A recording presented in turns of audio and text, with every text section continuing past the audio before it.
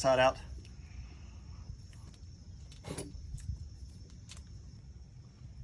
All right, so as y'all can see, I got the driver's side strut out and ready to bolt on the actual spacer to go on top of the strut to raise the truck up. However, being that I'm a little bit OCD, y'all will find these things out about me as you continue to follow me on the channel. That aluminum ring, that is annoying. So when I put these other spacers on top, they're a nice satin black. So what I've decided to do is break out the Rust-Oleum satin black, and I'm gonna spray paint that sucker real quick so that way it looks a little better and doesn't clash with the other spacer. So I'll get that going now. All right, y'all, so here's the first look at the actual spacers that will go on top of the struts here to add to the lift. This comes with, like I said, I believe earlier, like 1.7 inch or somewhere in that range spacers, which equate to 2.5 inch once it's installed, and then some 2-inch blocks as well to go on the back to kind of level it out. Comes with new U-bolts, new nuts for that, and then of course the way these install is they basically just slide on here. You first put these provided Allen head keys, screw them up that direction. That gives you your new mounting points on the top of the strut, and then you're going to slide these through. It only goes on one way supposedly, so there we go. Nice. And then you use the provided bolts that they give here to bolt those in like so. Those are Teflon nuts, so they will tighten down and stay tightened and not come loose or anything. So I think that looks pretty good. Check it out. What do you think? So cheap Rust-Oleum flat black paint on the aluminum here kind of matches what's on the Moto Fab lift. So I'm digging it, digging it. We'll see what happens. All right guys, so I got the strut back up in there, bolted in, nuts on top. Now comes the fun part. Everything I read on these says that once you rotate the strut 180 degrees basically to get the new spacers in, you have to kind of get a drift pin and pry on this to get it to line back up with your lower control arm. So this may be a little bit of fighting. Hopefully it's not, hopefully it goes right in. But if it is, then I'll make sure I do not cuss, curse, etc. But let's get started on that, see if we can get a drift pin in there and get it moving. Hopefully it'll go right in. Crossing my fingers. One other thing I will say too, so as I took this apart, I was able to get the strut out without taking this end link loose. However, trying to get it back up in there, impossible without taking the end link loose, just FYI. So the good news is once everything is out of the way, this is super easy to get to. So once I got the strut out, it took a little bit of wiggling, come out. I was then able to easily get to that end link, done. So it took like 2 seconds to get that out. But it was a pain earlier when I was trying to move it. So just FYI.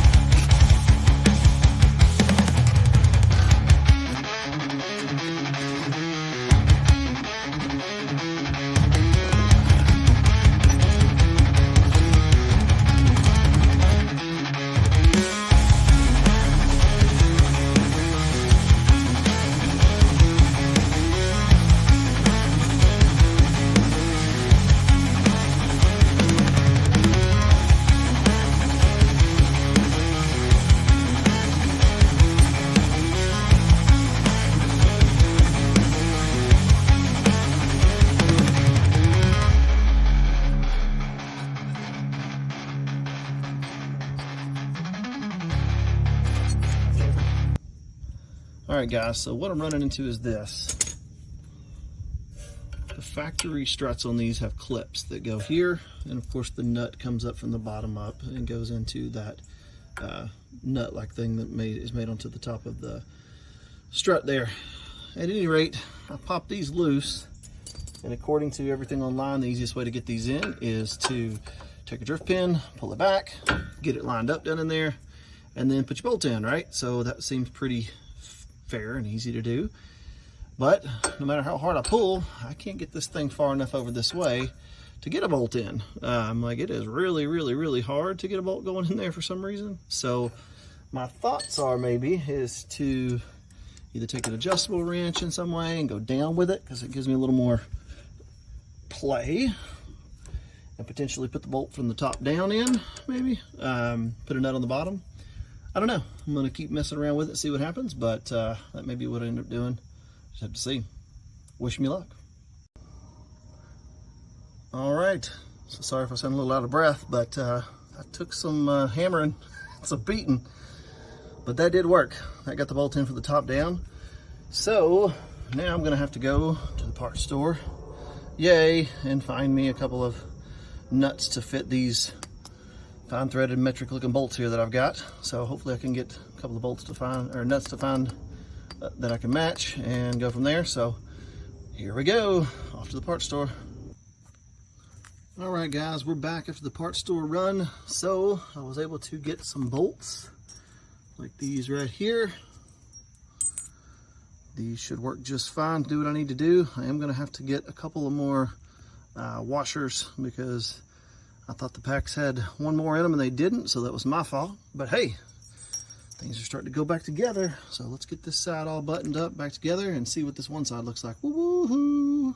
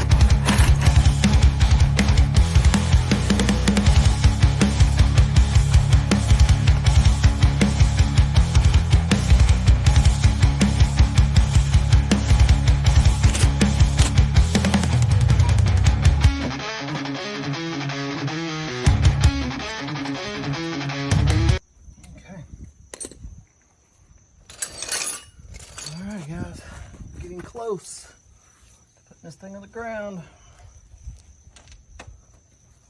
And no leftover bolts. So far. Alright, something like this.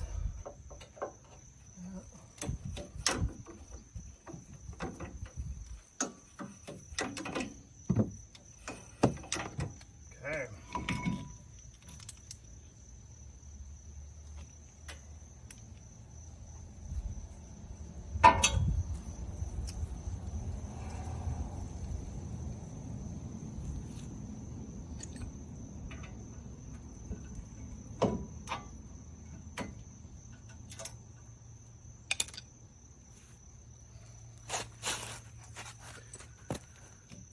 Well,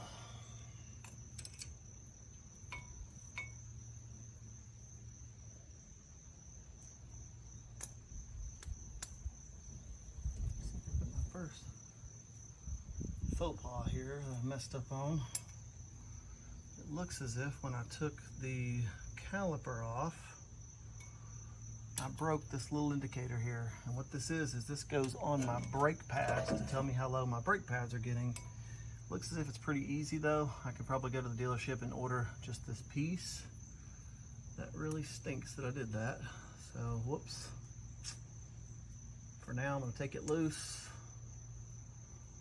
bolt everything back up, and just have to take a caliper off later on to fix it. Darn.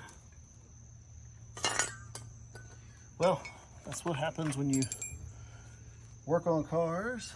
Part of it, right? Sometimes you break a piece here and there, and you learn as you go.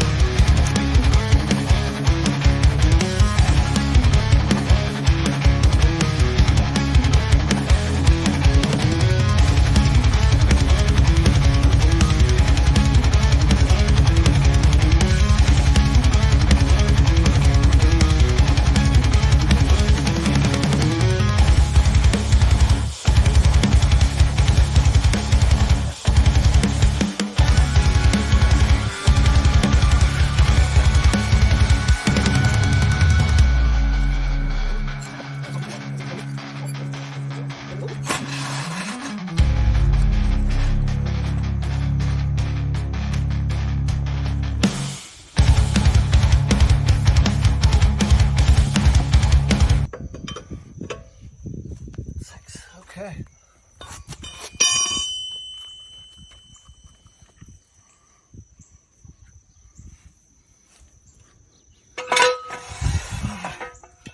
Put it down on one side, see what we got here.